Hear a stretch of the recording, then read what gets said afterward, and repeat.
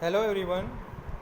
Now in our structure mechanics 1, today we are going to see our next topics, bars of varying cross section. Now before we going to see our next topic, in a previous video we saw that example based on stress, strain, Young modulus and change in a length. So our next topic is bar of varying cross section.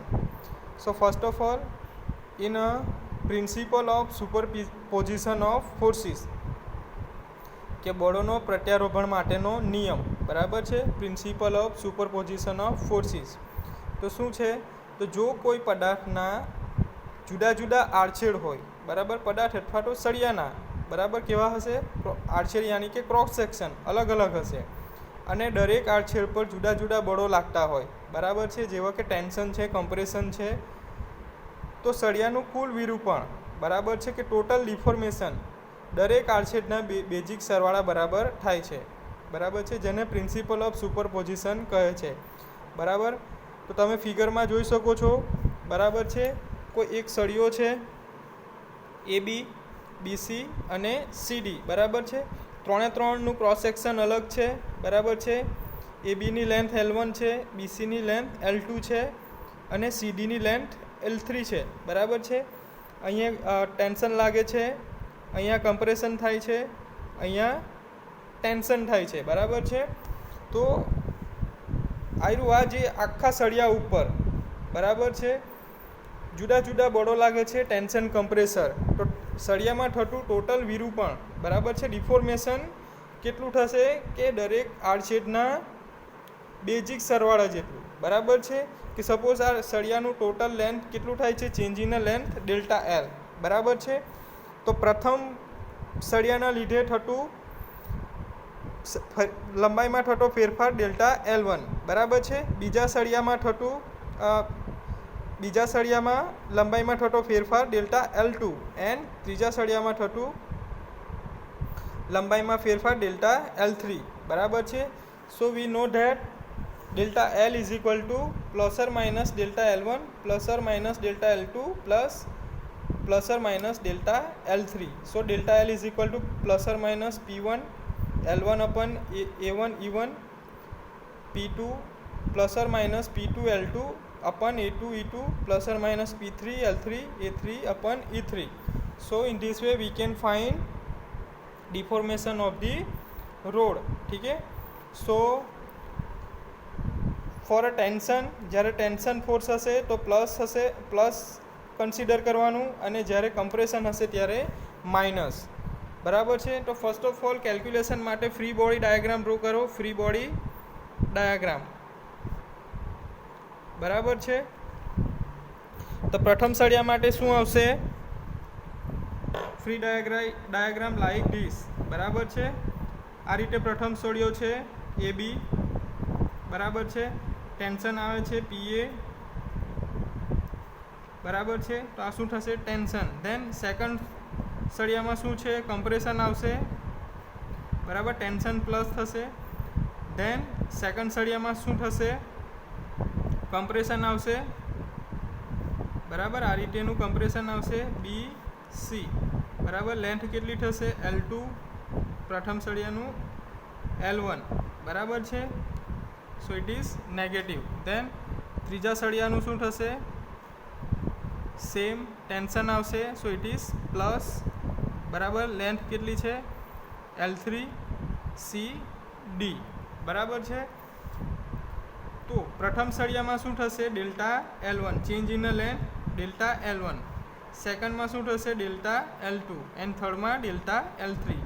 So delta L is equal to delta L1 plus or minus delta L2 plus or minus delta L3, બરાબર છે. કે સળિયામાં થતું કુલ વિરૂપણ delta L is equal to દરેકનો basic સરવાળો, બરાબર છે. દરેક આડછેદ ક્રોસ સેક્શન 1, 2 અને 3 ના બેઝિક સરવાળા બરાબર થાય છે. તો delta L1, delta L2, delta L3. So delta L1 is equal two PL અપન AE plus P2 L2 upon A1 A2 E2 plus P3 L3 A2 E3 બરાબર છે. આ કઈ રીતે આવ્યું? તો we know that sigma equal to P upon A, stress is equal to force upon area, E equal to delta L upon L બરાબર છે. તો E શું થશે? સ્ટ્રેસ અપન સ્ટ્રેન બરાબર છે. તો P by A upon delta L upon L બરાબર છે. તો આપણે ડેલ્ટા એલ ફાઇન્ડ કરવાનું છે. તો શું થશે? E is equal to P by A into L upon delta L. તો delta L is equal to P L upon A into E બરાબર. તો આ રીતે આપણે ડેલ્ટા એલ ફાઇન્ડ કરી શકીએ છીએ બરાબર. So this is the principal of superposition of forces બરાબર છે.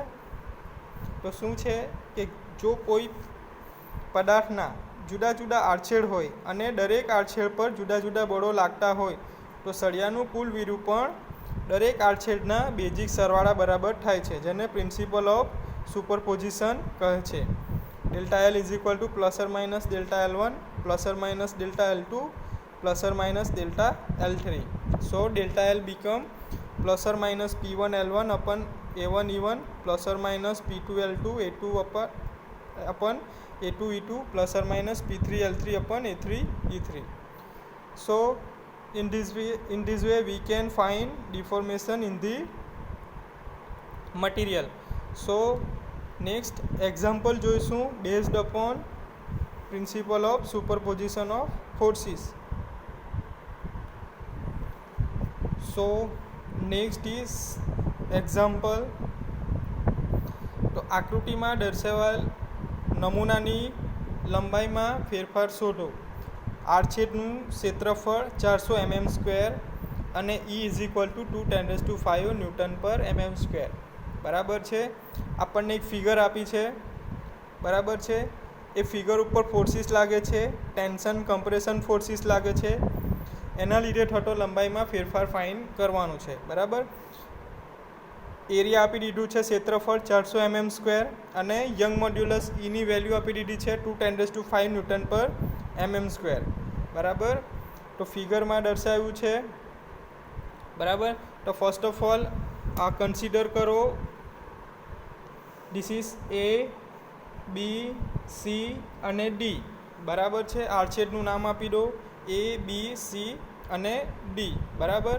એની લંબાઈ આપી દીધી છે બરાબર. એ બી આડછેદની લંબાઈ 200 mm, બીસી આડછેદની લંબાઈ 140 mm અને સીડી આડછેદની લંબાઈ 260 mm બરાબર છે બરાબર. તો first of all free body diagram draw કરો. સોલ્યુશન કરવાનું છે આપણે કે ટોટલ લંબાઈમાં થતો ફેરફાર શોધવાનો છે. તો ફ્રી બોડી ડાયાગ્રામ ડ્રો કરો. તો first of all draw free body diagram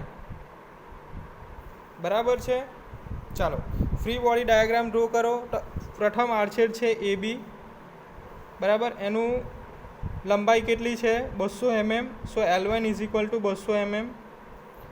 L1 is equal to 200 mm. Then next force લાગે છે. Force P1 is equal to 240 kilo newton બરાબર છે. કયું ફોર્સ લાગે છે? કમ્પ્રેશન. તો કમ્પ્રેશન માટે શું આવશે? નેગેટિવ બરાબર છે. તો ધીસ ઇઝ નેગેટિવ બરાબર. તો -240 કિલો ન્યૂટન બરાબર. નેક્સ્ટ જોઈશું સેકન્ડ છે બીસી બરાબર છે. બીસી આડછેદ છે બરાબર. એની લંબાઈ કેટલી છે? 140 mm બરાબર. 140 mm છે. હવે કયું ફોર્સ લાગે છે?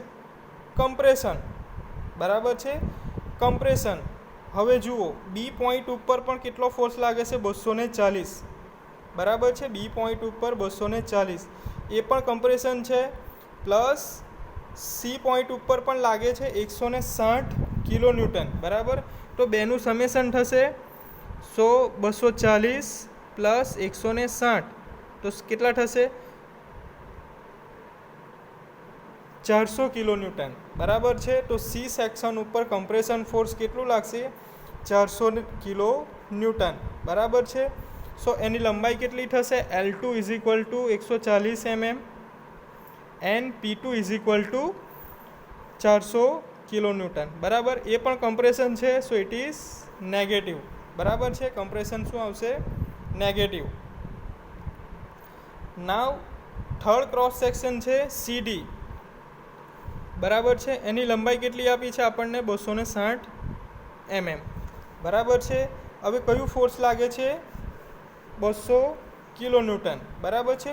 200 કિલો ન્યૂટન ટેન્શન અને 600 પણ ટેન્શન. સો 600 માઇનસ 400 બરાબર છે. 600 માઇનસ 400 એટલે કેટલું થશે અહીંયા? 200 કિલો ન્યૂટન બરાબર છે. તો ટેન્શન ફોર્સ લાગે છે. સો L3 is equal two 260 mm and P3 equal to 200 kilo newton બરાબર. તો આપણને P1 P2 અને P3 મળી ગયું. દેન L1 L2 અને L3 પણ મળી ગયું. So given data area is equal to 400 mm², E is equal to 2×10⁵ newton per mm² બરાબર છે. Now from free body diagram P1 is equal to -240 kilo newton, P2 equal to -400 kilo newton, P3 is equal to 200 kilo newton. So same L1 200 mm, L2 140 mm, L3 260 mm. So we know that principle of superposition of forces, delta L is equal to delta L1 plus delta L2 plus delta L3. So delta L is equal to P1 L1 upon A1 E1 plus P2 L2 upon A2 E2 plus P3 L3 upon A3 E3 બરાબર. હવે દરેક પદમાં બરાબર છે એની value same રહેશે, area અને Young મોડ્યુલસની વેલ્યુ સેમ રહેશે. તો એને આપણે કોમન કાઢી લઈશું. So 1 upon AE P1 L1 plus P2 L2 plus P3 L3 બરાબર. So equation become delta L is equal to 1 upon AE P1 L1 plus P2 L2 plus P3 L3. So now put the value of area young modulus P1 L1 plus P2 L2 plus P3 L3. So now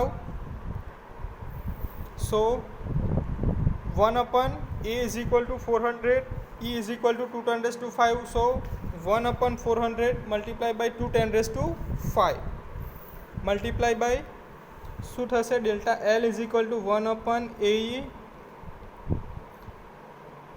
P1 L1 plus P2 L2 plus P3 L3 બરાબર છે.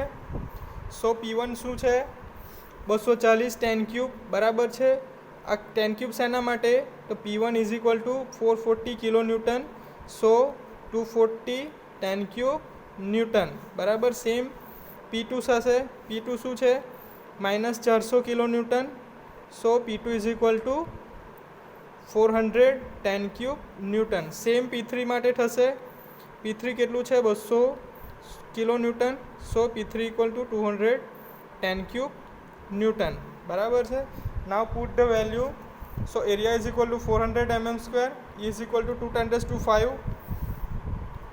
નાવ P1 is equal to -240 10³ multiply by L1 200 mm. Now plus minus 400 10³ it is P2 multiply by 140 it is L2 plus 200 10³ multiply by 260. So now delta L become 1 upon 400 multiply by 2×5 into simplified it. So we get the value is -42 10⁶.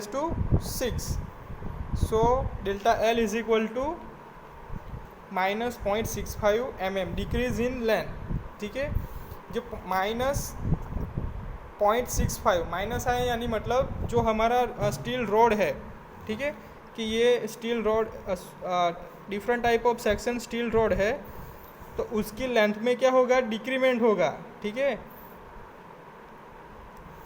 कितना decrement होगा? 0.65 decrement होगा. ये length क्या है? 200 mm, this is 26 mm and this is 14 and this is 26 mm. ठीक है, ये total length में से कितना डिक्रीमेंट आएगा 0.65. So in this way we can find change in the length of different cross section of the material.